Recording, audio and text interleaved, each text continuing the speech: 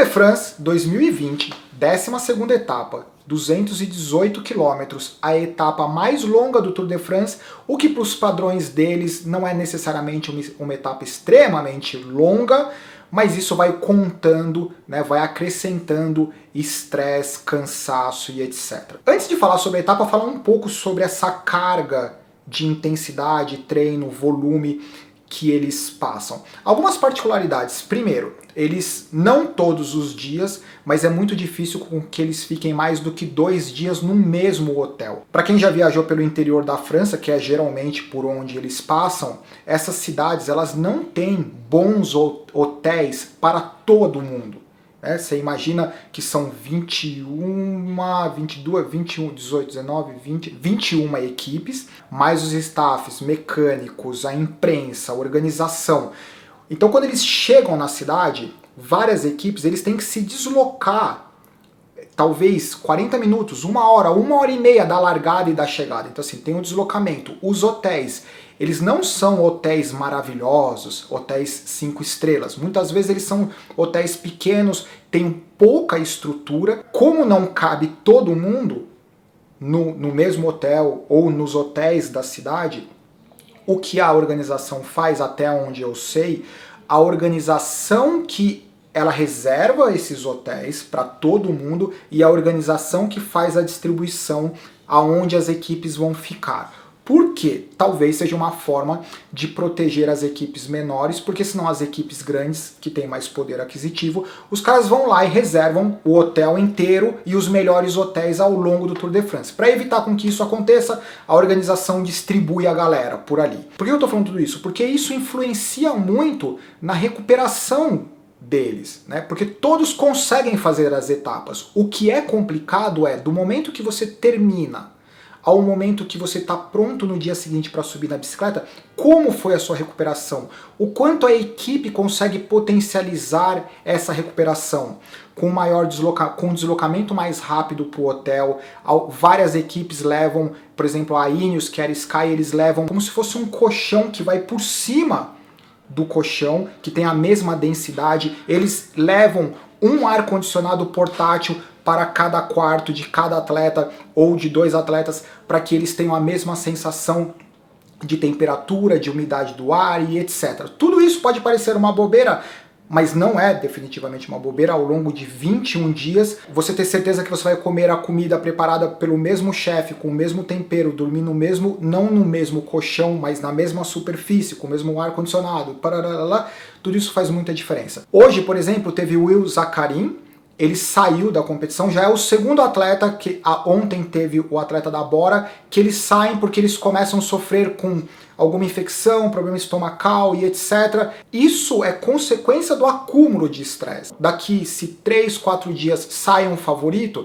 a pior frase que pode existir é assim: ah, ele estava super bem, ele só saiu porque estava com uma infecção intestinal. Não, a infecção intestinal ela é causada, potencializada, é uma janela aberta por conta do estresse todo. Então, os atletas que conseguem gerenciar melhor isso associado à estrutura da equipe são os caras que se dão melhor. Não tem nada mais difícil do que chegar na Champs-Élysées. Então, completar esses 21 dias não é uma questão só física em cima da bicicleta. Passa ali 5, 6 horas, o dia tem 24, então na verdade essas 18, 19 horas fora da bicicleta, elas são quase mais importantes do que sobre a bicicleta. Falei demais já. Em relação à polêmica de ontem, eu acho muito bacana que esse canal, vocês construíram uma relação muito amistosa entre todo mundo faz comentário. Para quem é novo no canal, talvez não saiba, mas esses resumos que eu faço, eu nem gosto de chamar de resumo, porque é um bate-papo pós-competição, então é como se todo mundo estivesse numa mesma sala. A opinião que eu falo não é algo que eu acho que é uma verdade absoluta, é apenas um ponto de vista, e eu adoro, muitas vezes eu percebo que eu estou errado baseado nos comentários. Então, por favor, continuem fazendo os comentários. Eu só me sinto desconfortável quando o pessoal, entre eles, nos comentários, o pessoal começa a bater de frente mais pesado. Eu não acho isso bacana. Mas enfim, o espaço é de vocês, vocês usam os comentários da forma como vocês acharem melhor. Posso falar sobre a etapa hoje? 218 quilômetros, 4 montanhas.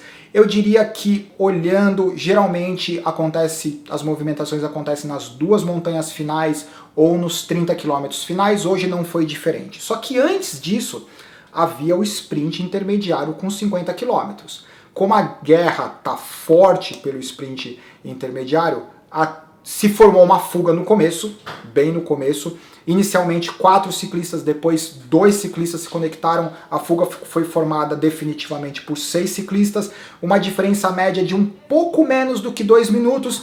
Eles foram revezando enquanto o pelotão ia sendo conduzido especialmente pela Bora e pela Jumbo-Visma. O que é uma situação delicada, porque teve a discussão ontem, Van Aert e o Peter Sagan. Então hoje os caras estão ali convivendo no mesmo ambiente.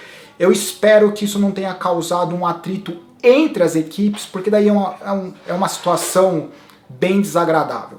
Mas de qualquer forma, os interessados pelo sprint, obviamente, Sam Bennett, Peter Sagan, Matteo Trentin, a The Koenig Quick-Step conseguiu fazer a mesma coisa que eles fizeram nos últimos 2 sprints intermediários, colocaram o Markov, da The Koenig Quick-Step, para embalar o Sam Bennett. O Sam Bennett faturou a maior pontuação. Só que lembrando, distribui pontos para os 15 primeiros. Como tinham 6 na fuga, o Sam Bennett ele foi o que faturou mais pontos do que sobrou, que são esses pontos que vocês estão vendo aqui.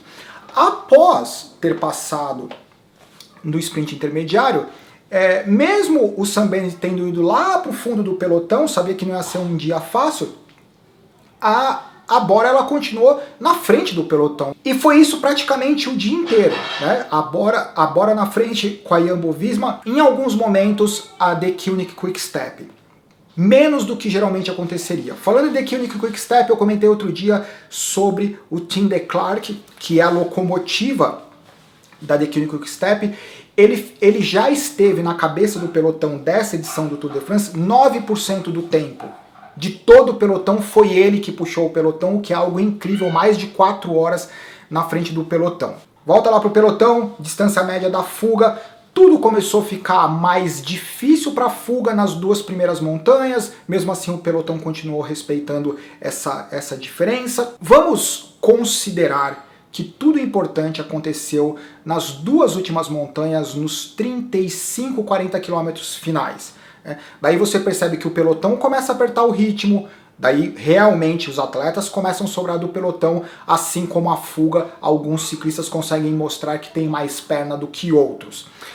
Tudo começou a se definir quando a Sunweb começou a fazer algumas movimentações mais fortes. Não dava para entender direito. O Benoot, ele foi para frente, ele é um cara que teria qualidade para fazer isso. Alguns atletas tentaram fechar o gap, ficou aquela movimentação no pelotão, movimentação na fuga, até que tudo finalmente começou a ter uma cara mais definida, quando o Soler e o Schachmann da Bora, eles saíram. E são 2 caras fortes. E daí começou a dar para entender qual que era o interesse da Bora. Na verdade era do Schachmann, que estava ali na frente com o Soler. Só que imediatamente depois, como a Sunweb tinha preparado o terreno, aparece o Hirsch, que é aquele cara que saiu na fuga 90 km sozinho e no sprint final com os atletas que estavam disputando pela camisa amarela, ele acabou perdendo. Então já é a segunda etapa que ele tinha tentado uma vitória, não conseguiu, e ele saiu atrás do Soler e do Schachmann. Ele não chegou nos caras, ele atropelou os caras. Foi embora. Isso já estava... Ele pedalou sozinho 28 km. Completou a penúltima montanha, a última montanha foi embora, começou a descer. Na descida da última montanha em direção à chegada, ele começou a riscar tudo. Por quê? Porque atrás dele continuavam os 2 atletas, o Soler e o Schachmann, tentando fechar o gap deles.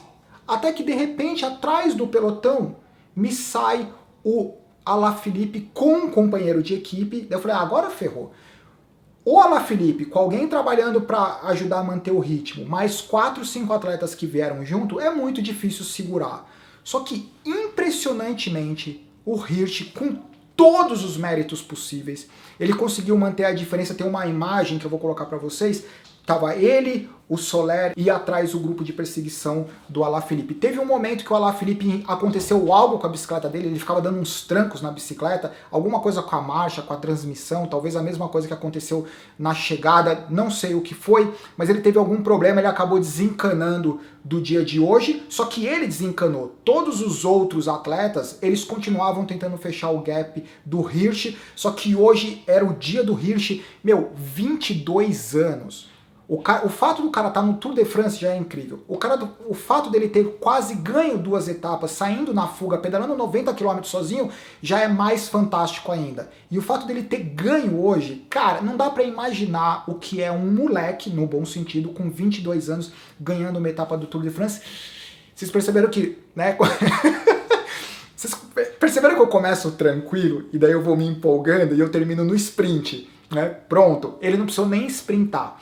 Teve tempo de fechar a camisa, mostrar o patrocinador. Esse Hirschi, cara, essa molecada, vitória do Hirschi, foram chegando todos os outros. Não teve alteração na classificação geral, tudo continua igual. Na camisa verde, Sam Bennett, ele ampliou a pontuação, só que lembrando que desse momento até a Champs-Élysées, o que vai oferecer mais pontos, algumas chegadas elas podem favorecer atletas como o Sagan e o Matteo Trentin, e assim como os sprints intermediários que geralmente vão estar após montanhas. Então o Sam Bennett, ele vai ter pouca oportunidade para faturar pontos, mas ele tem uma boa vantagem. Vamos ver o que vai acontecer ao longo do Tour de France. A camisa branca de pelotas vermelhas do Cosnefroid está garantida até chegar realmente nas montanhas, e a gente também vai tentar entender o que acontece. Egan Bernal continua com o cabelinho dele e a camisa branca. Pediram para falar sobre o que acontece na etapa do dia seguinte. A etapa do dia seguinte de amanhã são 191 quilômetros, são 7 montanhas. Olhando para a etapa, o que eu diria é o seguinte.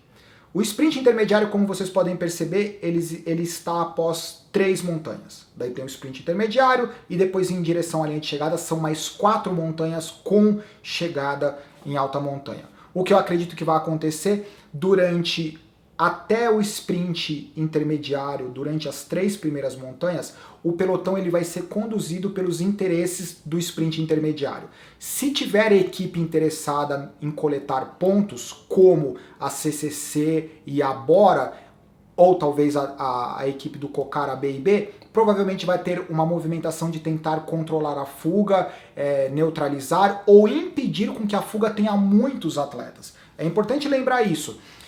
Quando você tem um sprint intermediário, o pelotão ele tenta controlar a fuga e impedir com que a fuga seja formada por muitos atletas, porque daí sobram alguns pontos para o sprint intermediário. Passou o sprint intermediário, vira a luta pela camisa amarela. A minha sugestão, olhando a etapa de amanhã, a diferença de ponto entre os atletas e o que vai acontecer nos próximos dias, eu acredito que amanhã é um dia que a Ineos Grenadier, eles têm que ir para a ofensiva. Não para ganhar tempo, mas impedir com que eles percam tempo. Por quê? Pelo que parece até então, tanto o Pogacar quanto o Primož Roglič, eles têm o último quilômetro, 500 metros especialmente, muito explosivo. E o Egan Bernal parece que ele não consegue responder a essa característica. Para garantir com que ele tenha poder de resposta, ele vai ter que desgastar esses caras. Então é possível que a Ineos Grenadier amanhã apareça nos 20 quilômetros finais, tentando impor um ritmo forte o suficiente para que os outros atletas não tenham esse poder de explosão. E daí, a partir desse momento, ele vai para a defensiva.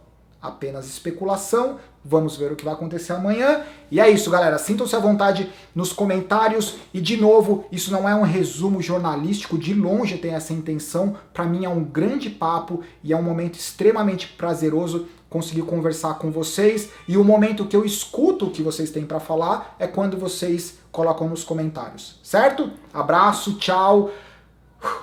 Sprintei, acabei, tchau.